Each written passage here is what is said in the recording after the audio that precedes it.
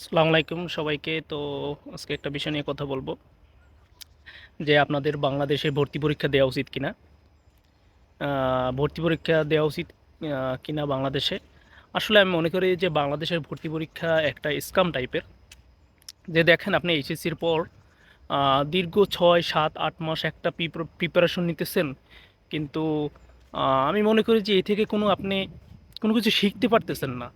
Just coaching centre ভাই এদের ধরাবান্ধা কিছু বই দিয়ে একটা সিলেবাসের মধ্যে পড়াশোনা করতেছেন, আহ, যা দিয়ে আপনি কিছু শিখতে পারতেছেন না। কিছু ম্যাথ শিখতেছেন, কিছু টাইপ শিখতেছেন, কিন্তু বাস্তব লাইফে যেগুলো আপনার ফিউচারে কাজে দিবে ওইগুলো কিছু শিখতে পারতেছেন না।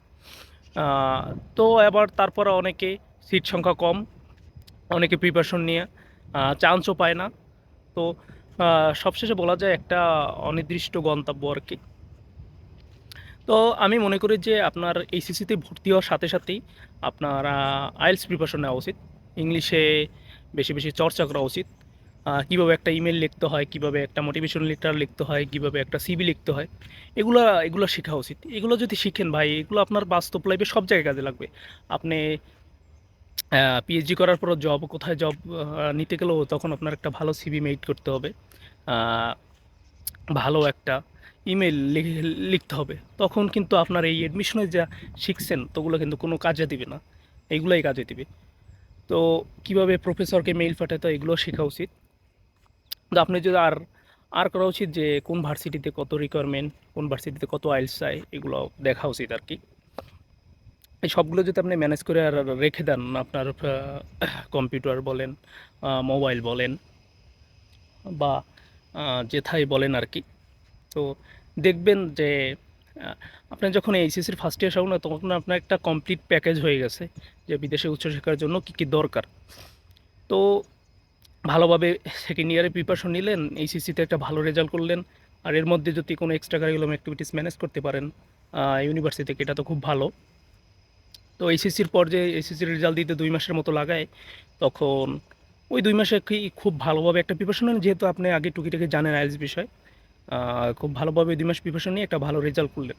দেন দেখেন আপনার কিন্তু হাতে বহুত সময়, যখন অন্যান্য পোলাপান প্রিপারেশন নিতে থাকবে অ্যাডমিশনের অনিশ্চিত একটা গন্তব্য দিকে, তখন আপনি অনেক ইউনিভার্সিটিতে অ্যাপ্লাই করতে পারবেন, স্কলারশিপের জন্য অ্যাপ্লাই করতে পারবেন, প্রফেসরদের মেইল করতে পারবেন। এবং দেখবেন যে আপনি 20টা করলে 5টা এমনি আইসা যাবে। না, এগুলো আপনি সুন্দরভাবে ভালোভাবে শিখে রাখছেন আগে থাকতে। তো 100টা ছেলেপেলে মেইল করলে তার মধ্যে আপনার মেইলটা অনেক ভালো হবে, আপনার সিভিটা অনেক ভালো হবে। আর এর জন্য আপনার কোনো ভাইয়ের কাছে দৌড়াইতে হবে না, কোনো এজেন্সির কাছে দৌড়াতে হবে না, হিউজ একটা টাকা আহ, শেষ করতে হবে না। অনেকে তো আবার এজেন্সিতে ফাইল খুলে যায় 1 লাখ 1.5 লাখ টাকা দেয়, দিন শেষে কিছুই হয় না। তো কোনো রকমের ওর ভেতর থেকে বের হয়ে আসে। তো আমি মনে করি যে অ্যাডমিশনের পিছনে না দৌড়াইয়া, অ্যাডমিশনও তো একটা হিউজ একটা পরিমাণ টাকা খরচ হয়। তো অ্যাডমিশনের পরিবেশে পিছনে না দৌড়াইয়া আপনি যদি প্রথম থেকে এইচএসসির প্রথম থেকে এর দিক মনোযোগ দেন, আইএলটিএসের মনোযোগ দিন, ইংলিশের দিক মনোযোগ দিন, রিকমেন্ডেশন লেটার, স্কলারশিপ, কীভাবে ইউনিভার্সিটিতে মেল করতে হয়, কোন ইউনিভার্সিটি আপনার জন্য ভালো বেস্ট, কোন কান্ট্রি আপনার জন্য বেস্ট ভালো, কোন কান্ট্রিতে কী কী লাগে, এফিডেভিট লাগে, ব্যাঙ্ক স্টেটমেন্ট লাগে, লাভেল আরও যা আছে, সবগুলো যদি আপনার সুন্দরভাবে ম্যানেজ করতে পারবেন, দেখবেন আপনি শুধু খুঁজবেন আর মেইল করবেন, আর তাদের মেইলের জন্য অপেক্ষা করবেন। এর বেশি কিছুই না, এর বেশি কোনো কঠিন নাই। তো আশা করি যে ভুল পথে আগাবেন না।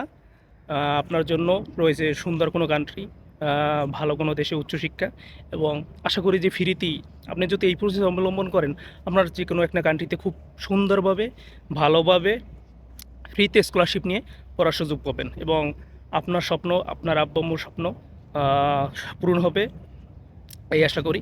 তো সোকাল্ড একটা স্ক্যামের পিছনে না দৌড়াইয়া আপনার ভালো একটা গন্তব্যে দৌড়ানো উচিত আমি মনে করি। তো এই আশা রাখি। আল্লাহ হাফেজ।